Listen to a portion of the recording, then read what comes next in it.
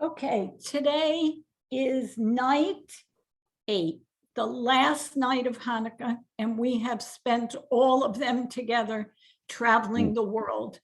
What I can tell you from my own point of view, it's been a fabulous, exciting week with wonderful stories, experiences, learning, teachings, some laughing, some crying, but it's been fabulous.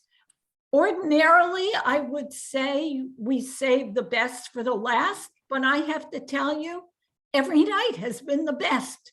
So I can't say the best for the last.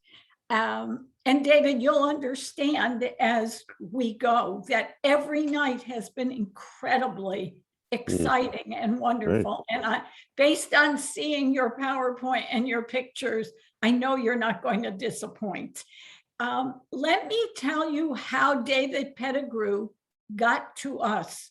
I do not know him. I've met him through email. I met him through our own Deborah Weiss, who said to me, I teach with somebody. I have a colleague who is fabulous. And if he will do it, he will be a wonderful speaker. So it's not for me to introduce David Pettigrew. I'd like Deborah Weiss to introduce him, and you have the honor of doing that. Okay, thank you, Carol. Yes, I'll just tell you a little about where I know David from and a little about him. So I'm a professor at Southern Connecticut State University, as is David. And I'm also the co-director of the Judaic Studies program at Southern. And David is a professor in the philosophy department, and he teaches in the Judaic Studies program. He teaches an extremely popular course called Genocide and the Holocaust, which he teaches typically 3 sections of in a given semester. So if you can imagine students at a university being so interested in that topic that we're able to fill 3 classes in a given semester. So it's an extremely popular course, and I think that David has probably done more than anyone at Southern in terms of educating our students regarding the horrors of the Holocaust. I just will put in a little plug before I turn the floor over to David and tell you that we have amazing courses in our program for Judaic Studies. And being a state university at Southern, anyone over the age of 65, might even be 62, can take these courses for free. A lot of the courses are now online, or fewer than before, but we still have some courses that are online because of COVID. So if that's something that you're interested in knowing more about, or and thinking of taking advantage of, please feel free to contact me directly and I can give you more information on that. So as I mentioned, David is an extremely respected professor within the Judaic Studies department. He sent me an email a couple of months ago when he travels extensively to Sarajevo.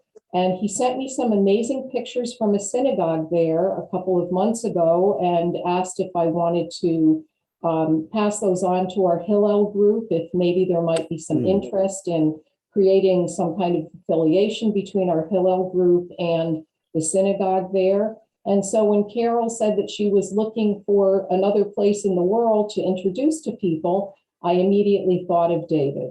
So without further ado, I'd like to introduce you to Dr. David Pettigrew, and I think he has a wonderful presentation for us today. Thank you, Deb. David, do you want me to start sharing now? Yeah, I think so. I think that's a good idea. Okay, and just tell me when to move and I will move. Okay. Okay, so just give me a second to get. Okay. Okay, can you see it? I can see it. Yes. Can everybody see it? Perfect. Probably. Yes. Okay. Okay, well, thanks so much to Deb Weiss for such a kind introduction, and also for the invitation to participate this evening. And as Deb pointed out, I was visiting the synagogue in Sarajevo in August and sent some photographs, and that was my the basis of my what would you say, my qualifications for joining you this evening. And then I went back to Sarajevo last week and went to the synagogue, and they invited me to come to the first night of Hanukkah. So we have some slides that'll show you a little bit about the synagogue itself, which was, as this says, it was completed in 1902 in something called a Moorish revival style by this architect Karel Perek, who probably from Prague. It's from Czechoslovakia at that time anyway, and he designed a number of famous buildings in the city of Sarajevo, including this synagogue, which was one of maybe a dozen synagogues. As far as I know, this one and one other one are the only ones that have survived. So this is the exterior of the synagogue. Now, I just want to mention in this slide that this was in August when I was meeting with Jakob Finci, who's in the red shirt, and Elma Softic Kaunich on your far, I don't know, probably your left, and then Vildana is my colleague in the blue. And so Jakob is the president of the Jewish community in Bosnia, and Elma is the administrator of the center and the operations. And Jakob is well known, at least in Bosnia, because he brought a lawsuit to the European Court of Human Rights because after the Dayton Peace Accords in 1995, only 3 ethnicities were able to stand for the presidency of the country: Bosniak or Bosnian Muslim, Bosnian Serb, and Bosnian Croat. But Jews, Roma, and others were excluded. So he brought a successful case and won the case, and we're still waiting for the government to implement and make it possible for Jakob and others. He was an ambassador to Switzerland, so I should call him Ambassador Finci. So we were having a meeting before I knew that I would be doing this. We were having a meeting because I'd been involved in writing to Israel to try to encourage them to donate vaccines to Bosnia, as the Jewish community was hard hit by COVID, already decimated by the Holocaust and by the siege of Sarajevo. But so it was good I've actually, Jakob and I are part of an intellectual association, so I've met him before in other contexts, but it was good to see him and Elma in the synagogue. So we could go to the next slide. That was basically the introduction. And this is Igor. Igor is Koje Miyakin, who's the Chazan, which I think is cantor. But so he's been the acting rabbi. So he took Vildana and I around and gave us, so we could visit the synagogue and take these photographs. So we could go on. So I just provided Carol with a bunch of photos. You can see how beautiful the space is. I can't give you too much detail from slide to slide, but except that the room we're going into, which is the main synagogue space, the worship space now, was originally a space where women would join, and but the rest of the building, had been used for other things, I think, especially during World War II. So this is the main space now. And Igor is just showing us the space and the Torah and other aspects of the synagogue. So I was hoping he could join us tonight, but and for all I know, he's here, but I can't see.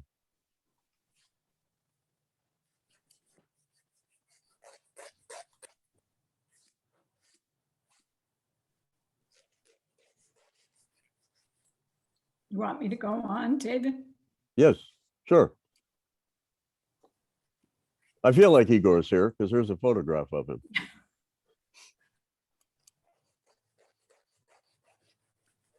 Pictures are amazing.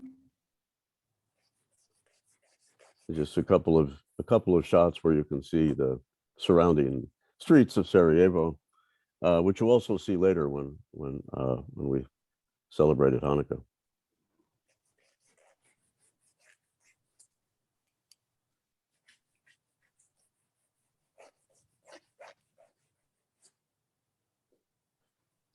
Quite beautiful. Yes. Yes, I was. It has been renovated, and but I was surprised that it survived the siege, and also an earthquake or two. It's not showing up on my phone. I don't know why. I see it, Carol. Okay, thanks, Debbie. I can't tell you, Dottie, why. Okay, because I see David, I see Charlie, and I see you. You And don't see the pictures. my own photograph, but I don't see what we're talking about. I'm sorry. Okay, You Well, might we- need to slide to a different screen, depending on your phone. Sometimes Zoom on phones shows up on multiple screens. Uh-huh, okay. Well, we can certainly Oh, send you now the I see slides. something. you We see? can Now send I you the see slides if you'd like, but there may be one or two more slides here where Okay, I show you the close up of the work and maybe damage from an earthquake, but you can see the Miliaka River across out the window, and I guess I could say that the other existing surviving synagogue is on the other side of the river, and it's really an old stone building that's much even older than this building, which was built in 1902. And it's both a museum and a place of worship. But most of the religious activities are taking place here. And the other synagogue, here you can see the original space a bit on the inside, and the adjoining community center. Right. Mhm. And then this was my visit to. I went back to see Igor and Elma, and they invited me to come to the first night of Hanukkah, which occasioned the following photographs. So this is great because this year they installed this new Hanukah, and it's installed in the wall, on the river.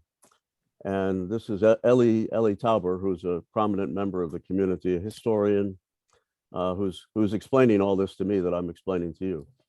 And you could Google him, Eli Tauber. He's a prominent historian and representative of the community. So that's the Miliaka River. I don't remember exactly which building that is across the street, but it's sort of quintessential Sarajevo, a kind of Austro-Hungarian Empire architecture. So we can go to this slide.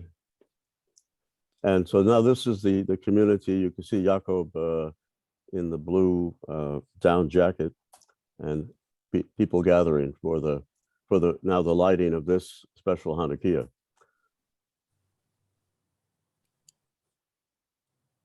Okay, and now you can see they've lit the lights for the first night of Hanukkah. there were children there, and I was trying not to take photographs of them, just to keep the adults in focus. But you can see the kids there. I can assure you the kids were there. So it was kind of cold and rainy, but we persevered and had the lighting of the Hanukkah outside, and then we went inside and now this was, we didn't hold this in the synagogue because of the it was the cold, but this was a slightly warmer space that we used this year. Also, it was a smaller gathering, frankly, because of the pandemic. Igor and Elma had explained that to me. But now I have some photographs of the community and the lighting of the candles. Now it looks like we're lighting the candles. See, there are some kids involved, and a couple of them were kicking and screaming. And we said, what's Hanukkah without kicking and screaming children? So that was, but there they are. And also we all shared something like a jelly donut that was delicious. And there were also some kids. Again, I wasn't photographing them, but there were kids playing with dreidels and also having some chocolate money, the money, like chocolates that are wrapped up. And I was joking with everyone, saying that's my favorite currency, and it seemed to be a popular line. It was popular. So it was Jacob meeting with people. He's the president of the community in Bosnia. And this, we were singing this at some point after lighting the candles. It was very nice.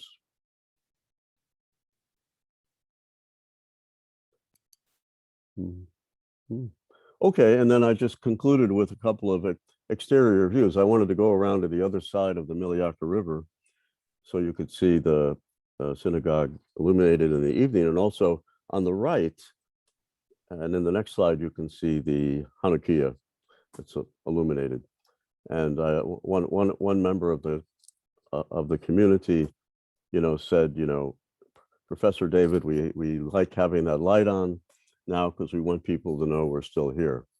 And that was a very moving comment for me.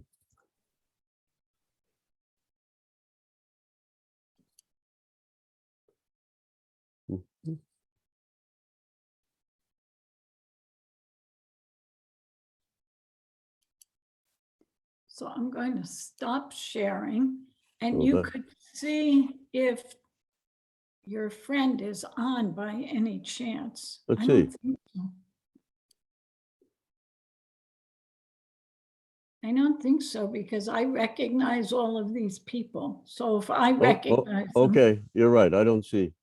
Well, hopefully that was interesting. If you have any other questions that I can answer, or if you'd like to get a copy of the slides, that I'd be good with everyone receiving a copy. I And saw, Carol? yes, Can we just ask one question? yeah. We're very impressed. We saw the synagogue in Pest, which is a duplicate of this one. Okay. But we're very impressed with the location and the size, which means that there must have been a very, very large community when it was built. So we're talking turn of the century. Right. Do you have any idea? That's a good question, because when I was trying to research the population, I wonder if I think it was after World War II, and more recently, to where there would be something like 500 people left in Sarajevo. But at the time, I suppose it was closer to 30,000. For some reason, 30,000 comes to mind. But also I was reading that there were, 12 different synagogues that most were destroyed during World War II. So it was a thriving community. The other thing unrelated, that well, we could double check that question. I could double check with Igor and somehow let you know. But the other thing that I was going to mention was that in the other synagogue across the river, I have photographs, but I didn't bring them now. It's kind of a museum, which in addition to other things, and it's also, there's part of the museum is a museum for the righteous among the nations. And it was astonishing for me to see there was something like 45 or 50 members of the righteous among the nations, whereas in the United States, there's only approximately 3 who have been recognized, right? And so in the Balkans, there was a much widespread effort to save people during the Holocaust. And I found that very, very impressive. So, but in terms of the actual size, I have to plead the fifth on that. Okay. David Stone, you had a question? I do. The interior of the synagogue was really beautiful, and I wondered if that was paint or mosaic. Yeah, I believe it was paint. It looked Thank like drywall. The thing that always puzzled me was this description that I put in the slide, which was Moorish revival, right? And also, for example, another building that was Carol Park, the same architect design, was the national. It was the city hall, Viecnica, the city hall, which now then became the National Library, that was shelled during the siege because it held a treasure of documents about a multicultural Bosnia, and so it was a target of the people who were trying to erase that history, and so their valuable manuscripts were lost. But that building is always referred to as something that's called a pseudo-Moorish style, also. And so I'm kind of curious about what actually constitutes this sort of so-called pseudo-Moorish style. But one thing would be the archways we saw. And I suppose the other aspect would be the designs. So I'm curious about something. My son went to Bosnia with the army the day war broke out. And so that goes back to around 1999, somewhere in there, 97. And the devastation was just unbelievable. I mean, he sent pictures. It was really hard to take. And I wondered, what did the synagogue in particular suffer? I'm impressed that it's still standing based on the pictures he sent us. Well, it did receive Igor said it was hit by some shells, but it was a matter. But most places were hit by shells, and most buildings. Now this, of course, this happened between 1992 and 1995. Your son might have been deployed to Kosovo in 1999, so I'm not sure. Yeah, or he was part of a peacekeeping mission in Bosnia. It's also possible. Yeah, I know. But it's true that Sarajevo was under siege, and in 1993, on some days, over 3,777 shells fell in a 16-hour period. Yeah, it was supposed to be peacekeeping. There was no peacekeeping at that time. There was so much shelling. Yeah. So they're in a state of ongoing reconstruction. But friends tell me about 1992 or 1993 and getting some kind of tarp from the UN to put over their roof because the roof had been shelled. And everywhere you go in the city, you see these shell craters that have been filled with epoxy to remember the spot, and then there'll be a plaque on the wall to remember the victims who were killed by that shell. So, but there are places that took fewer direct hits, and my understanding is the synagogue was one of them. It was could be a matter that the Bosnian Serbs were shooting the other side of the river. They were really aiming for the other side of the river, which took the greatest impact. Interesting. So that was 92 to 95, and most places outside of Sarajevo where there were mosques, let's say the Muslims comprised something like 46% of the population.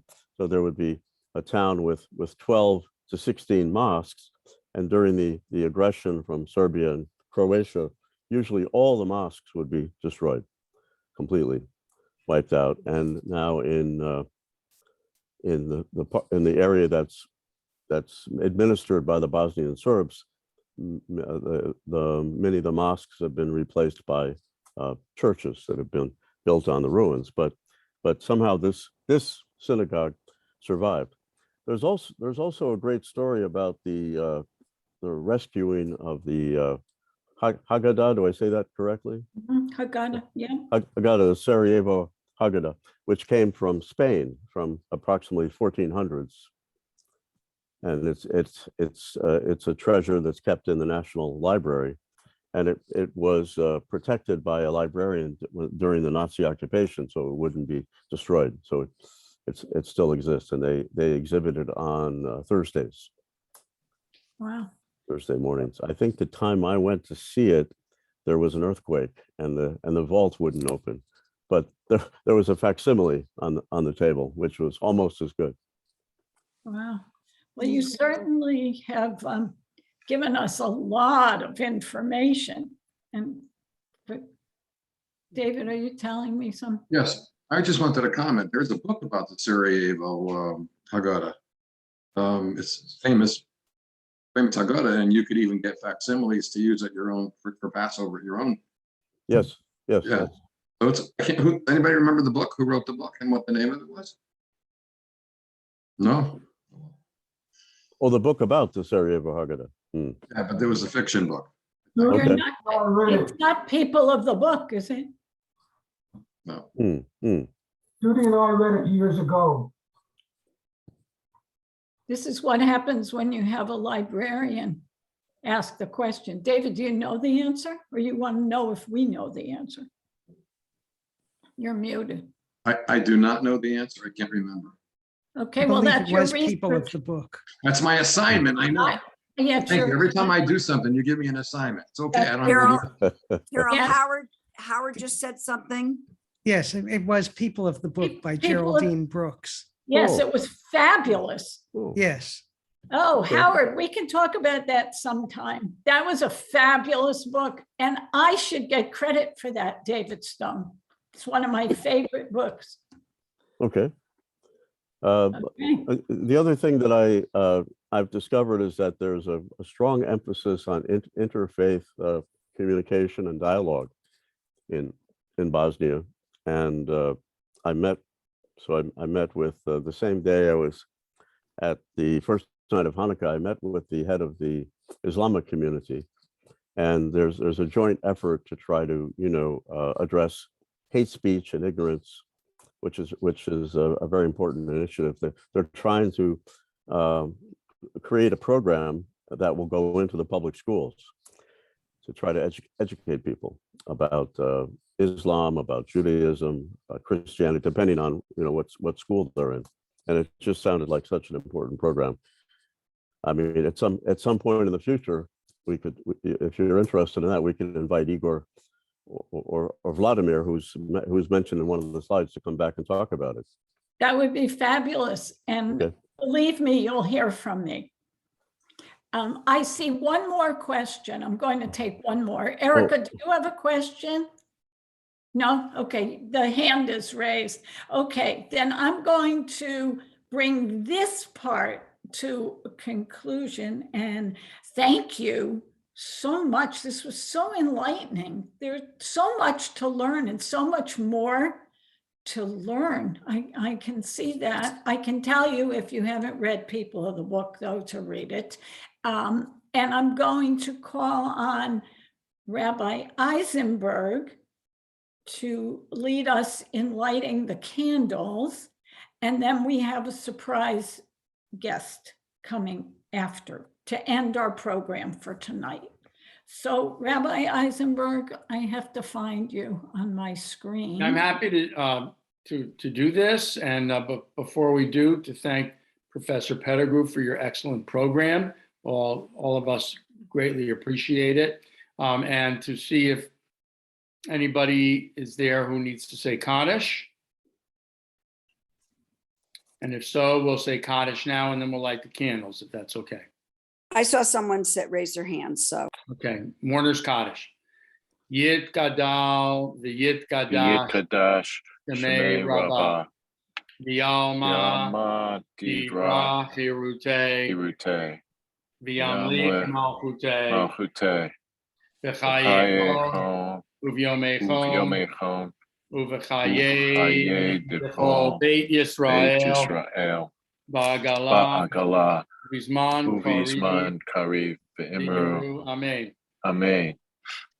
Yehi Shmei Rabbah Barach Le'olam U'Le'olam Yitbarach V'yishtabach V'yitpa'ar V'yitromam V'yitnaseh V'yithadar V'yithaleh V'yithalal Shemei B'Kudashah Barichu Le'ela Min Kol Birchata V'Shirata Tushbechata V'Nechemata Tamiran Yalma V'Imru Amen.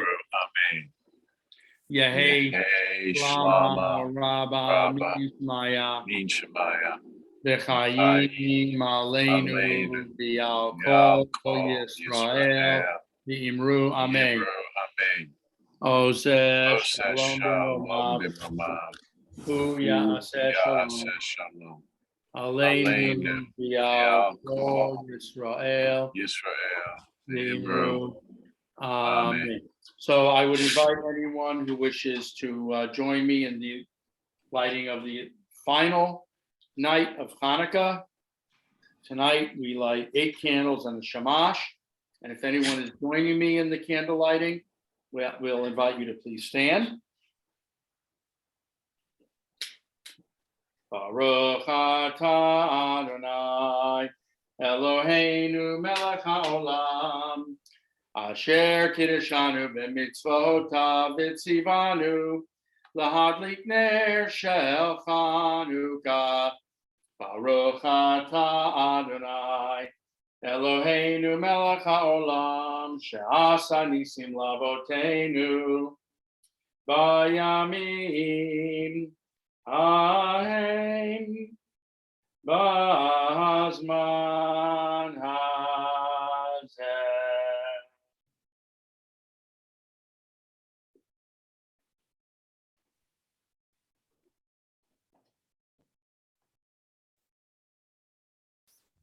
Oops. One moment. Just a slight equipment malfunction here.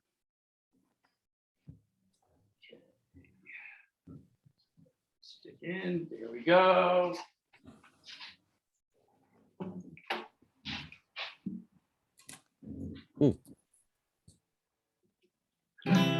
Ma'osu Yeshuati Lechana El Shabeya Tikvei Tefilati ושם תודה נזבח, ויצחין מטבע, מצורם נבח, אז אגמור ושיר מזמור, חנוכת המזבח, אז אגמור ושיר מזמור,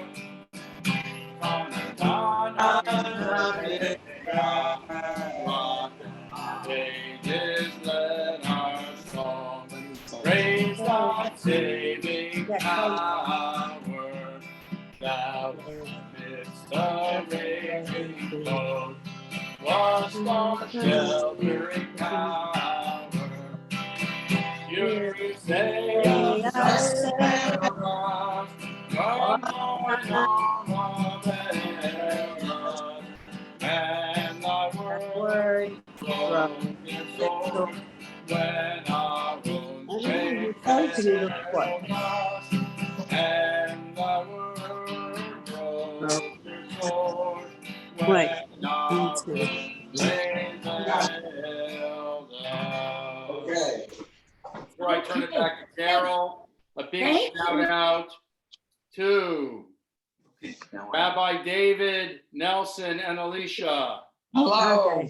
Who are joining us from Michigan. Hello. Hi, guys. Yeah, you can see our menorah too. We do from the background. I did. Yeah. And yes, beautiful. Thank you. And finally, Carol. Oh, Carol. I just have to take a minute to once again thank you for making this program and all these programs, 8 of them, one for each night of Hanukkah, each and every one illuminating. How do you like that? That's great. I use the word illuminating. I think it's appropriate. And you put a lot of thought and effort into it. Of course, last year, the highlight was when you had me participate in the program when we visited Antarctica, Hanukkah and Antarctica. I never forgave you for it. And I had to wear my winter coat that night. And I still froze, but you promised you'd never do that to me again.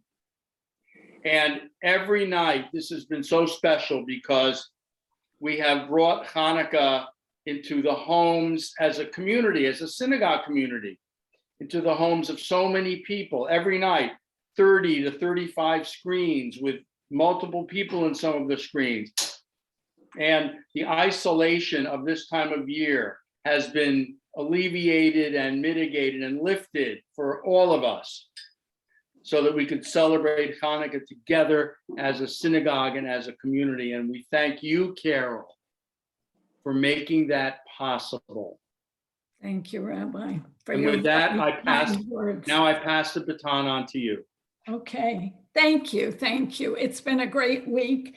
I ran out of lines on my notepad to list all of the people because while it shows 33 participants, many are with more than one person. So we are going to end tonight's program. We will have the raffle, but before that, I promised you a surprise. So take it away, Lanny. Okay. Good evening, everybody.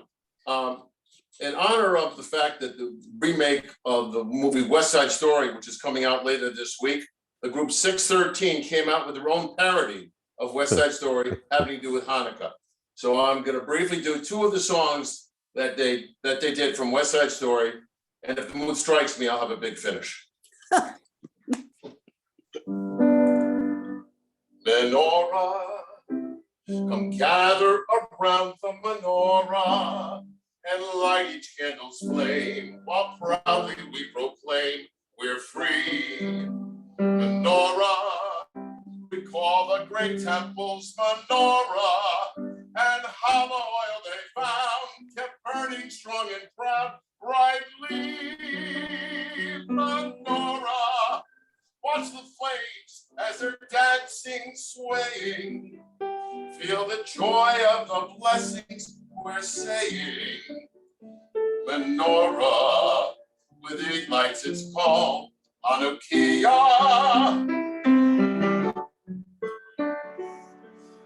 8 nights, 8 nights, we celebrate God's might and Maccabees for saving the day. 8 nights, a festival of lights. We give thanks that we live to this day.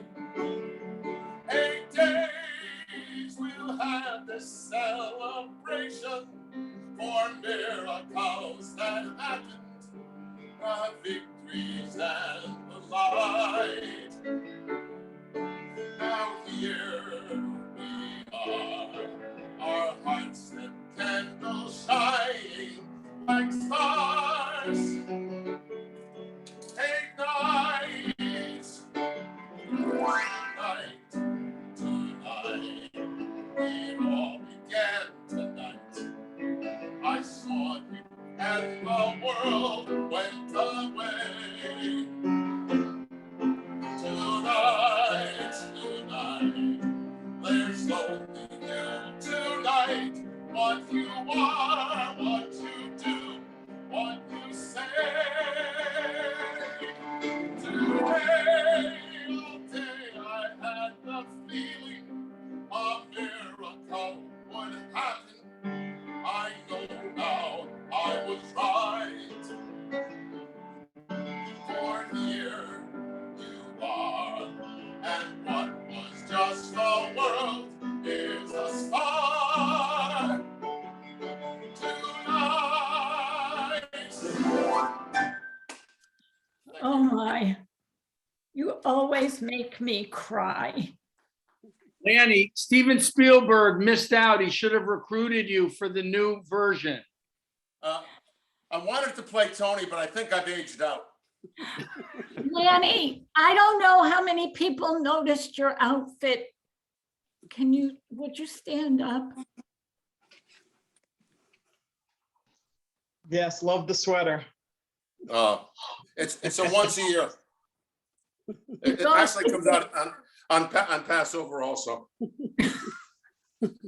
Debbie should be wearing her jacket tonight also. Oh. No, I didn't, so. Yeah, we saw yours yesterday. He's a star. And no Lanny, wind-up toys from Debbie. Thank you so much. What a perfect way to end our week. And I didn't forget, Sharon, drum roll, please, for the raffle for the big $10 Target gift card. The last one.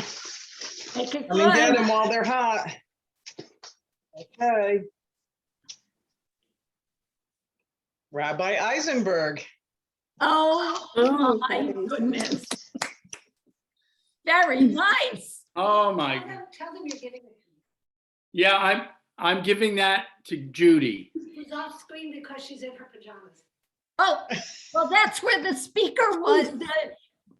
Debbie Scheinman told us last night that the man at the synagogue in India was in his pajamas. And that was agreed by Judy Kaplan and Lisa Rappaport. So Judy, you look stunning. Yeah, she's in her pajamas. Hey, Sharon, thank you for picking me. Thank you for picking my name, and I'll pay you later. I'll give you I'll give you $5 back. Okay. So thank you for coming, for being here, for helping to make this week fabulous. David Pettigrew, you were wonderful. And if you're serious about coming back, you probably could tell I won't forget that. I never say no to a volunteer. Oh, well, thanks so much to Deb Weiss for inviting me and Carol for organizing everything. I was really grateful to be part of the celebration tonight. Well, we're glad you were here. Thank you.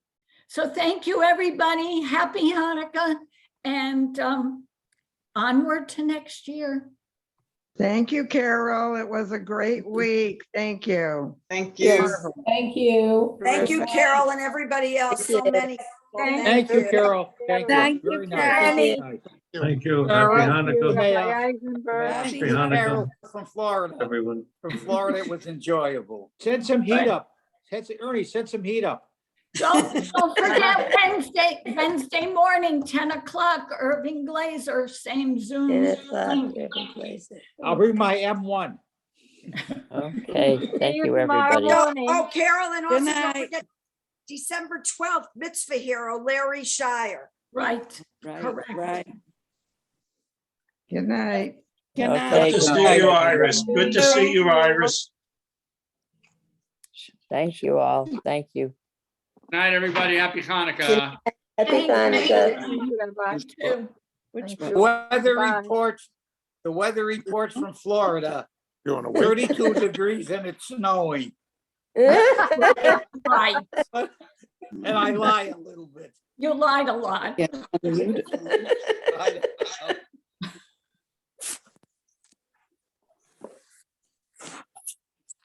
It was 47 here.